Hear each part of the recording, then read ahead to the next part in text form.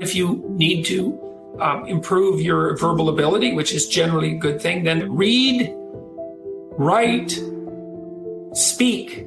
Understand that developing those abilities might be of tremendous use to you, because it's one thing to live properly, and that's not a trivial thing, but it's another thing to be able to articulate yourself and to be able to negotiate.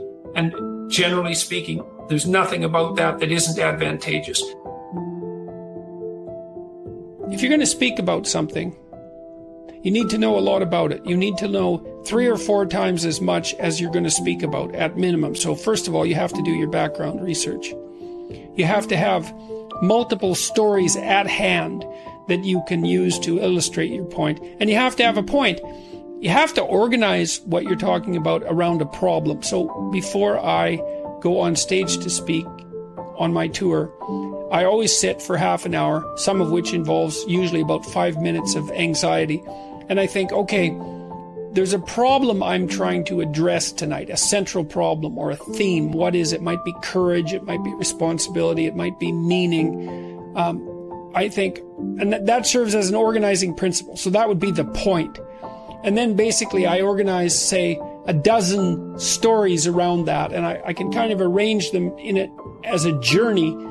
And it's a journey that circles the main point. And so I'm trying to explore it, to say what I think about courage, let's say, but to take what I'm thinking farther than I've taken it already. And so that I can plot out, little 5-minute stories that I have that are associated with courage.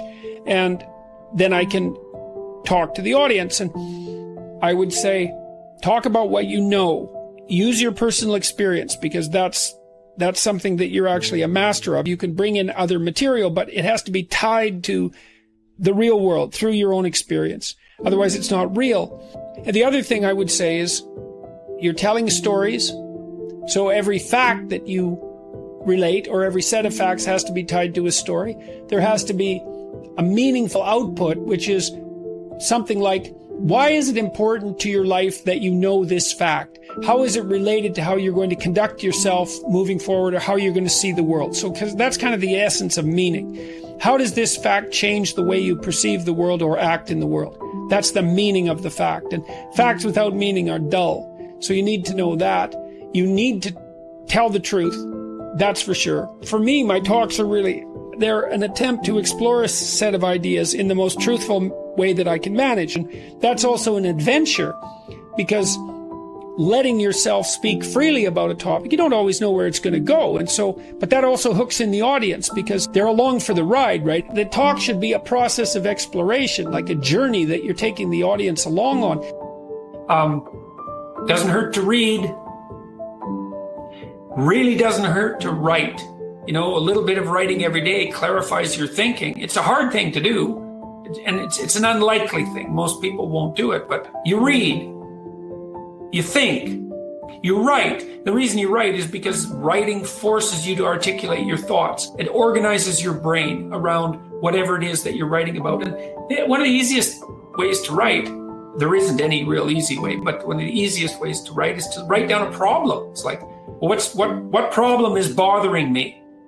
Well, you can write about that, first of all, to get the problem clear, because that's a hard thing. Then you start to write about what might possible solutions be. And you fight with those solutions, because, you want to kill off the stupid ones. And then, maybe you need to learn to speak more fluently. Maybe you could try a class in improvisation. And maybe that's too daunting. You could join a speakers club like Toastmasters.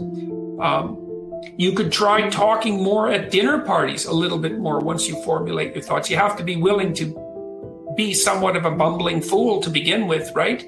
Because you're going to not, and maybe your verbal skills are better than you think they are, and you're just self-conscious. But you have to practice putting yourself forward a little bit, and tentatively. You can do a lot of that, a lot of that initial learning how to interact with people, though, by asking them questions about what they think and then responding, instead of being too concerned about putting your own point forward. And even introverted and anxious people can learn to do that. Those are learnable skills. It's not easy, but you can manage it. You can also speak carefully, and listen to what you're saying and only try to say things that you think are true. That's also unbelievably useful. You have to feel that out. Like, is this really what I believe? Or am I putting it forward, well, because I want to look good, or I want to dominate, or I want to express obliquely an emotion that I'm too cowardly to come out and confront directly, or am I being manipulative? There's lots of reasons that people use language, but what you really should use it for is to state what you believe to be true, and then to let the consequences of that unfold. And so that can also help you. I can think in images. And so if I'm building things, because I like to do carpentry and fix houses and that sort of thing, and so I like to build things. And if I'm figuring out how to build something, I can picture it. And so I can think in pictures, but I don't usually think in pictures. I usually think in words, and I think pretty formally in words. Yeah, basically what you do, and this is really what you do when you think, is if thinking is an internalized conversation, which at least is one form of thinking, is that you spin off avatars of yourself, and you say, well, you take this position, and you take this position, and you take this position, and then you have each fictional part of yourself lay out the argument and argue it through. And then you also have to have something to think about. You have to been working on this material. I've been working on the stuff I talk about for 30 years, for tens of thousands of hours. And so I have that reservoir of knowledge, I suppose, that, whenever I read something new, I'm slotting it into the knowledge structure that I use to generate my talks. And I'm reading all the time. And lots of the things I read, I forget. They're not relevant to my central mission, whatever that happens to be. It looks something like the delineation of the relationship between responsibility and meaning, and maybe responsibility, meaning, and perception. It's something like that. And so I have a central concern, or deeper than that in some sense. My central concern was how to ensure personally that if I was tempted in a situation like the situations that arose in the Soviet Union and Nazi Germany, that I wouldn't fall prey to those totalitarian systems and act in the reprehensible manner that so many people acted in. That's really been a driving concern of mine. And that bleeds over into the relationship between meaning and responsibility and perception. So there's a core set of problems that I'm working on, and every talk is an attempt to further develop those. So you also have to have a problem, You think, well, you don't want to have a problem. It's like, yeah, you do.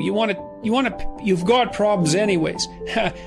If you're alive, you've got problems. Pick one of them. It can be your problem, and that can be the problem you try to address, whatever that happens to be. And then you have something to talk about. How am I going to address this problem? How can this problem be addressed? So you need to have a problem too if you're going to talk, just like you need to have a problem if you're going to write, because the writing is an attempt to solve the problem, and so is the talking. If you're not trying to solve a problem, what the hell are you doing talking? Why should anyone care? It's got to be a real problem too, like a nail biter of a problem, a dragon of a problem. And if it's a problem that everyone else shares, so much the better. So, and then you grapple with it.